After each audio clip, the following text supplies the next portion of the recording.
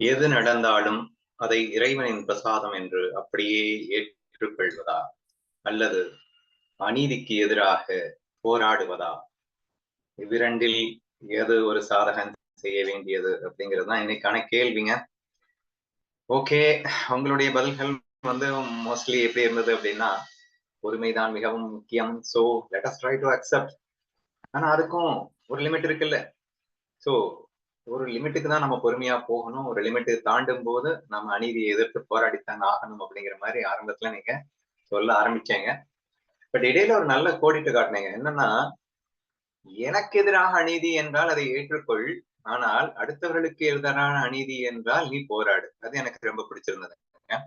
So அப்படி நீங்க முயற்சி பண்ணலாமே அப்படிங்கிற ஒரு விஷயத்தையும் நீங்க சொல்லியிருந்தீங்க. ஏன்னா அடுத்தவங்களுக்கு அநீதி நடக்கும்போது நீ வேடிக்கை பார்த்துட்டு இருந்த அப்படின்னு சொன்னா அது ஏதோ சம்திங் லவ் மிஸ்ஸிங் ஆற மாதிரி ஃபீல் ஆகுது அப்படிங்கிற ஆஸ்பெக்ட்ல இருந்து இந்த ஆன்சரையும் நீங்க கோடிட்டு காட்டியிருந்தீங்க. ஓகே, எனக்கு என்ன தோணுது அப்படின்றத நான் சொல்றேன். தி ஹையஸ்ட் நாலேஜ்ல இருந்து நான் பேச போறதுல பயந்துறாதீங்க. தி ஹையஸ்ட் நாலேஜ்ல இருந்து என்ன நடக்கும் அப்படின்னு சொன்னா, அவன் பிரம்மஸ்வரூபத்தில் லயித்து விடுகின்றான். இந்த உடல் மனம் புத்தி நான் அல்ல என்று அவன் டோட்டலாகவே மாயை விட்ட அந்த குணங்களை விட்டு குணாதீத நிலையில் இருந்து விடுகின்றான். அப்ப அந்த நிலைக்கு போகும்போது என்ன ஆகும் அப்படின்னு சொன்னா, rest of the things automatic process ஆகின்ற ஒரு அற்புதம் நடக்கின்றது. லைக் நான் அடிக்கடி சொல்லியிருக்கேன், பூரண கருணாகதி இருக்கின்ற பக்தனுக்கும் சரி, அல்லது பூரண ஞானத்தில் பிரம்மத்தில் லயித்து விட்டவனுக்கும் சரி, அங்க என்ன நடக்குது அப்படின்னு சொன்னா, எந்த நேரத்துல என்ன செய்யணும் அப்படிங்கிறது ஆட்டோமேட்டிக் ப்ராசஸ் தான் நடக்கும். அப்ப நான் கேள்வி கேட்டிருக்கேன், எதை அக்செப்ட் பண்ணுவீங்க, எந்த இடத்துல எதிர்த்து போராடுவீங்க அப்படிங்கிற கேள்விக்கு அங்க இடமே இல்லை. ஏன்னா அக்செப்ட் பண்ண வேண்டிய நேரத்துல ஆட்டோமேட்டிக்கா அக்செப்டன்ஸ் நடக்கும், எதிர்த்து போராட வேண்டிய இடத்துல ஆட்டோமேட்டிக்கா எதிர்த்து போராட்டம் நடக்கும். பட் அப்கோர்ஸ் அந்த போராட்டத்திலையும் ரிசல்ட் எந்த விதமான எதிர்பார்ப்பும் இல்லாமலேயே நடக்கும். ஏன்னா ஆட்டோமேட்டிக் ப்ராசஸ்ல இங்க ஈஸ்வரனின் இயக்கமாக அமைந்து விடுகின்ற காரணத்தினால் பியூர் சாத்விக் இயக்கமாகத்தான் இருக்கும் என்ற ஒரு விஷயத்தை நீங்க புரிஞ்சுக்க ட்ரை பண்ணுங்க. But anyway, I don't want to go deeply into that. ஒரு லோ லெவல்ல இறங்கி பேசப்பா, சும்மா ஹையரா பேசாத அப்படின்னு சொன்னீங்கன்னா, இப்ப ரெண்டு விஷயம். ஞான யோகத்துல நம்ம சொல்லிட்டோம், பூரண கருணாகதிக்கு நம்ம சொல்லிட்டோம். இப்ப நெக்ஸ்ட் கீழே பேசும்போது கர்ம யோகம், பக்தி யோகம்னு நீங்க சொல்லியிருந்தீங்க. அநீதிக்கு எதிராக போராடுவது. இப்போ நான் சிம்பிளா ஒரே ஒரு யாட்ஸ்டிக் வச்சுக்கிட்டு நான் இந்த இதுக்கு ஆன்சர் சொல்லலாம்னு நினைக்கிறேன். அப்படிதான் நான் இருக்கணும் அப்படின்னு நினைக்கிறேன். சரியா? என்னது அப்படின்னா, என் ஈகோ அடிபடணும். என் ஈகோ அடிபட்டா நான் ஞானி ஆயிடுவேன். இதுதானங்க பேசிக் லாஜிக். அப்போ எப்படி இருந்தா என் ஈகோ அடிபடும்? அவ்வளவுதான், சோ சிம்பிள்.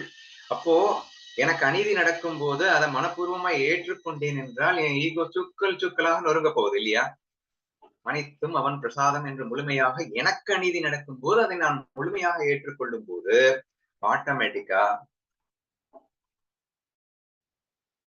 என்னுடைய ஈகோ டெஸ்ட்ராய் ஆக போகுது.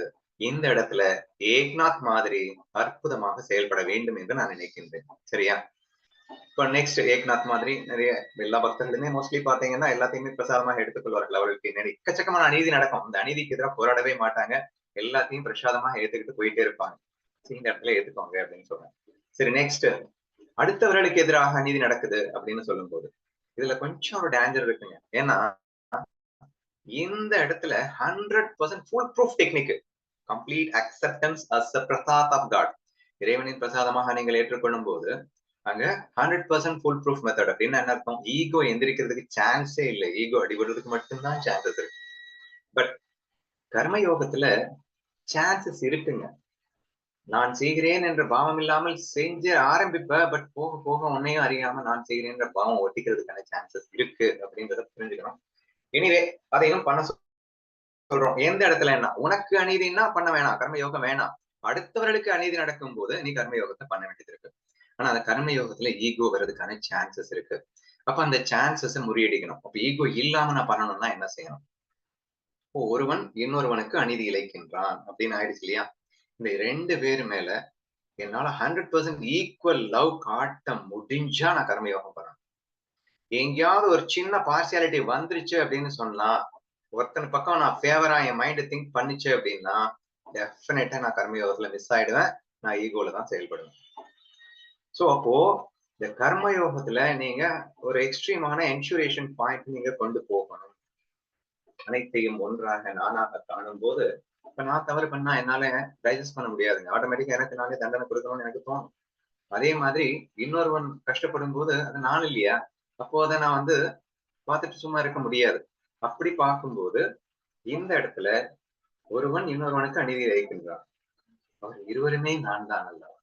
அப்ப அன்புங்கிற அந்த உச்சகட்ட அந்த பார்வையில் பார்சியாலிட்டி இருக்கக்கூடாதுங்க. தட் இஸ் தி யார்ட்ஸ்டிக் நீங்க புரிஞ்சுக்கணும். 2 பேரும் உள்ள முழுமையான அன்பிலே நாம வந்து அநீதிக்கு எதிராக போராட வேண்டும். கண்ணன் வந்து கீதையில அவ்வளவு அழகா சொல்லுவாங்க. அதாவது விருப்பு வெறுப்பு இல்லாமல் நீ போராடு. அதாவது பியூர் லவ்ல இப்ப துரியோதனனை வந்து கண்ணன் வந்து கொல்றான் அப்படின்னு சொன்னா அவுட் ஆஃப் எக்ஸ்ட்ரீம் லவ்ங்க.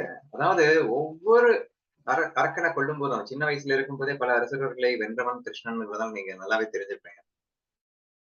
நல்லா அந்த கண்ணன் கதைகளை நீங்க கூர்ந்து கவனிச்சு பாத்தீங்கன்னா ஒவ்வொரு அசுரனுக்குமே வந்து he will give a tons of choices கொடுப்பான். நல்லா வந்து சான்ஸ் கொடுப்பான். நீங்க திருந்துறதுக்கு சான்ஸ் எடுத்துக்கோங்க அப்படின்னு. கடைசி வரைக்கும் அவன் திரும்ப திரும்ப திரும்ப வரும்போது இவன் என்ன பண்றான், கொலை பண்றான்னு வச்சுக்கோங்களேன். எந்த அளவுக்கு அந்த லவ் அப்படிங்கிறது அந்த கண்ணன் கதைகள் தான் உங்களால பார்க்க முடியும். அதாவது தாடகை அப்படிங்கிற பூத்தகை அப்படிங்கிற ஒரு அரக்கிய வந்து அவன் கொல்றான் அப்படின்னா அது ஒரு குழந்தையாக மாறி தாயின் பாலை சுவைப்பது போல் சுவைத்து அவள் உயிரை எடுக்கின்றான். அந்த எடுக்கின்ற அந்த நிகழ்ச்சி அப்படிங்கிறது பாத்தீங்கன்னா எக்ஸ்ட்ரீம் லவ்ல இருக்கும். எல்லா கதைகளிலும் நீங்க கேள்விப்பட்டிருப்பீங்க, அவன் கொன்று அவன் கையால் மாண்ட அத்தனை அசுரர் எடுக்கும் மோட்சம் என்ற ஒரு விஷயத்தை நீங்க கேள்விப்பட்டிருப்பீங்க. So just try to feel the amount of love presence in that action அப்படின்னு சொல்ல வரேன்.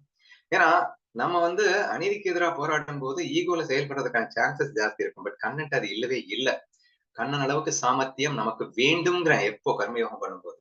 இப்ப வேண்டாமே அப்படின்னா உனக்கு எதிராக அநீதி நடக்கும்போது வேணாண்டா, அடுத்தவனுக்கு எதிராக அநீதி நடக்கும்போது நீ கர்மயோகத்தை எடுத்துத்தானே ஆக வேண்டியது இருக்கு. அந்த இடத்துல நீ கண்ணனை போல் சமபாவனை எடுத்துக்கொண்டு அநீதி இழைப்பவர்கள் மேல் ஒரு டன் எக்ஸ்ட்ரா அளவு வளர்த்துக்கும். இப்ப நான் வந்து அநீதிகளுக்கு எதிராக தான் செயல்பட போறேன்.